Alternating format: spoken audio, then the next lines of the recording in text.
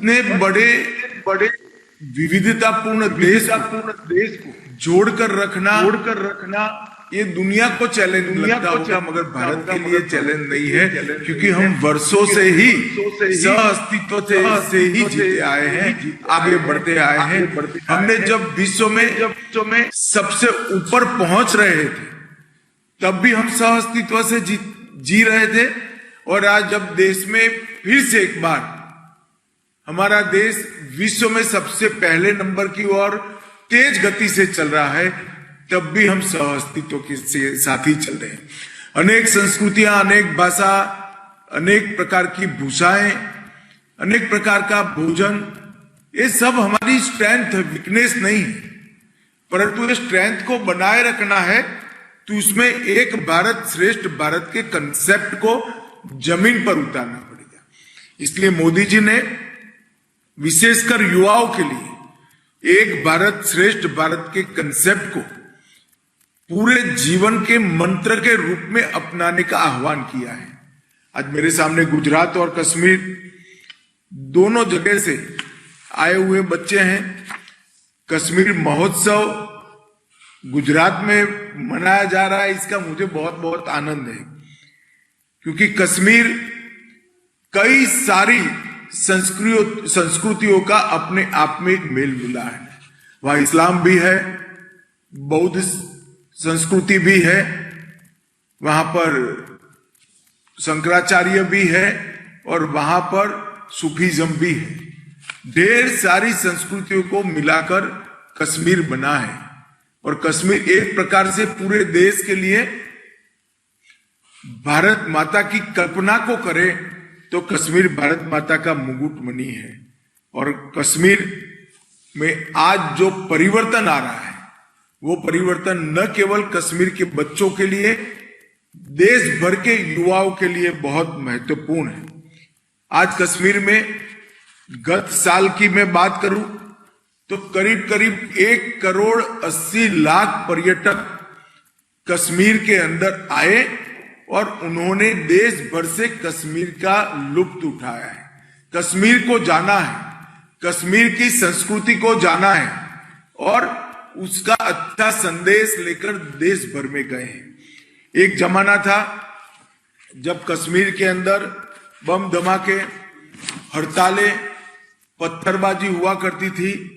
आज वही कश्मीर के युवा के हाथ में लैपटॉप भी है, पुस्तकें भी हैं, नई सोच भी है, और स्टार्टअप की रेस में जुड़कर विश्व के युवा को चुनौती देने का मादा भी है।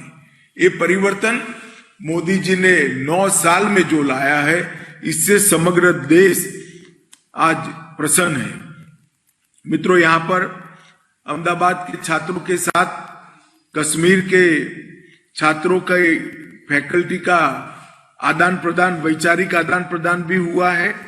इसके साथ गुजरात यूनिवर्सिटी ने कश्मीर विश्वविद्यालय के प्रतिनिधियों के साथ स्किल डेवलपमेंट और स्पेस एप्लीकेशन सेंटर का भी आप लोगों ने यात्रा किया है, इसरो का भी यात्रा किया है, गांधी आश्रम, रिवर फ्रंट, अदालत की स्टेपवेल, ऐसी ढेर सारी चीजें देखी। मुझे बताया गया है कि आपने हमारे कोऑपरेटिव यूनिटों को भी समझने का प्रयास किया है। मैं आज ये बहुत गर्व के साथ कहता हूं, क्योंकि मैं भी कोऑपरेटिव आंदोलन से जुड़ा हुआ कार्यकर्ता हूं। समग्र देश में गुजरात उन गिने चुने राज्यों में से एक है जहां पर कोऑपरेटिव मूवमेंट सबसे अच्छा चल रहा है। अकेले अमूल की बात कश्मीर के बच्चों को तो जरूर कहना चाहूंगा। अमूल अकेला ही 28 लाख से ज्यादा महिलाओं के परिश्रम से चलता है, और उसका सालाना टर्नओवर 60,000 करोड़ रुपया है। 60,000 करोड़ रुपया का टर्नओवर अकेली महिलाएं करती है। ये बहुत बड़ा अपने आप में एक सक्सेस स्टोरी है। मुझे विश्वास है आप गुजरात आए हैं तो दांडी का भी दौरा करेंगे, और कर आए होंगे, और ढेर सारे स्थानों से एक अच्छी स्मृति लेकर जाएंगे। मित्रों, आज इंडियन इंस्टीट्यूट ऑफ सस्टेनेबिलिटी, इसके तहत ये जो कार्यक्रम हुआ है, आप गुजरात विश्वविद्यालय से, गुजरात यूनिवर्सिटी से जुड़ रहे हैं। गुजरात यूनिवर्सिटी सरदार वल्लभ भाई पटेल, डॉक्टर विक्रम साराभाई और नरेंद्र मोदी जी की यूनिवर्सिटी है। इस यूनिवर्सिटी ने बहुत सारे लोगों को देश को दिया है और देश में ढेर सारा योगदान करने वाले लोग यहीं से निकले हैं। गुजरात की सबसे पुरानी यूनिवर्सिटी में से एक यूनिवर्सिटी है। इनोवेशन के लिए सबसे पहला इनोवेशन पार्क अगर कहीं बना तो गुजरात यूनिवर्सिटी में बना, और आज गुजरात यूनिवर्सिटी के परिसर में 300 से अधिक स्टार्टअप का वो समर्थन कर रहे हैं। आज मैं जब यहाँ आपके सामने आया हूं तब सहकारिता मंत्रालय की भी जरूर बात करूंगा। मोदी जी ने भारत की आजादी के इतने सालों के बाद पहली बार सहकारिता मंत्रालय की स्थापना की है और सहकारिता मंत्रालय के माध्यम से हरेक गांव को देश के विकास के यंत्र के साथ जोड़ने का प्रयास किया है। हरेक गरीब से गरीब व्यक्ति को देश के अर्थतंत्र के साथ जोड़ने का प्रयास किया है। और आज अभी कैबिनेट में मोदी जी ने एक निर्णय लिया है कि हम आने वाले 3 सालों के अंदर देश की 2 लाख पंचायतों में मल्टी डायमेंशनल पैक्स बनाएंगे, जिसके माध्यम से 2 लाख पंचायतों में ग्रामीण विकास को नए आयाम मिलेंगे। ये पैक्स अपने आप में डेयरी भी होंगे, एग्रीकल्चर फाइनेंस का भी काम करेंगे, अनाज के उत्पादन के भंडारण की भी व्यवस्था करेंगे, मार्केटिंग भी करेंगे, और जहां मत्स्य संपदा की संभावना है वहां मत्स्य संपदा का भी काम वो करेंगे। और ये पैक्स को जमीन पर उतारने का काम सहकारिता मंत्रालय राज्य सरकारों के माध्यम से कर रही है। मित्रों, आज धारा 370 और 35A कश्मीर से हटा है। उसके बाद पहली बार डेमोक्रेसी ग्रास रूट लेवल पर पहुंची है। कश्मीर में पहले कभी 90 MLA हुआ करते थे, 6 MP हुआ करते थे। आज 30,000 से ज्यादा पंच, सरपंच, तहसील पंचायत और जिला पंचायत के सदस्य कश्मीर की पंचायती व्यवस्था में नेतृत्व का काम कर रहे हैं। आप कल्पना कर सकते हैं, एक जमाने में 100 से कम थे और आज 30,000 से ज्यादा है। और कश्मीर के हर घर में शुद्ध पीने का पानी पहुंचाना, हर घर में बिजली पहुंचाना, कश्मीर के हर घर के अंदर 5 लाख तक का इलाज का सारा खर्चा मुफ्त पहुंचाना। कश्मीर देश में अकेला ऐसा राज्य है जिसके हर नागरिक को ये सुविधा प्राप्त है।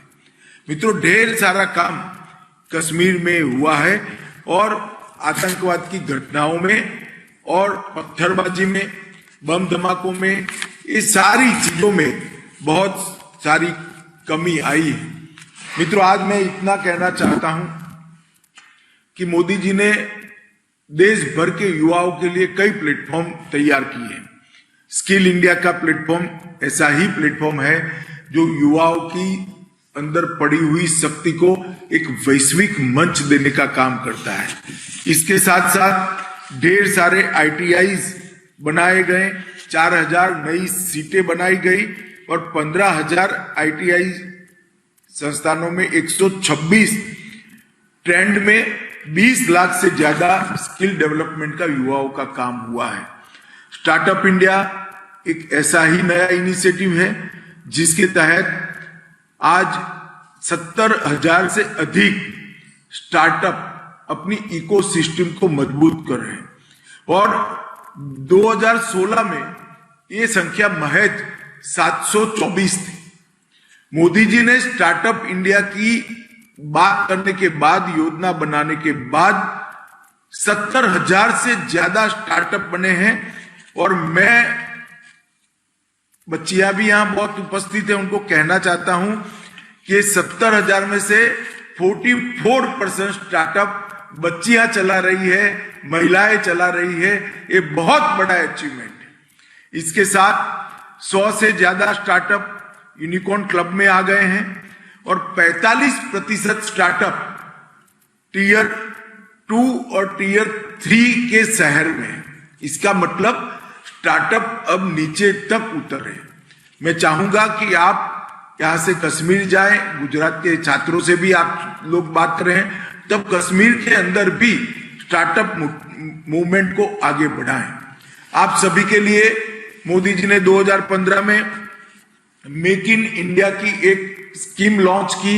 आज इसका परिणाम है कि वित्तीय वर्ष 2022 में भारत का व्यापारिक निर्यात $400 करोड़ को पार कर गया है और पीएलआई योजना के तहत लगभग 3 लाख करोड़ का नया इन्वेस्टमेंट 12 क्षेत्रों के अंदर आया है। ये बहुत बड़ी बात है। इसी तरह से भारत के युवा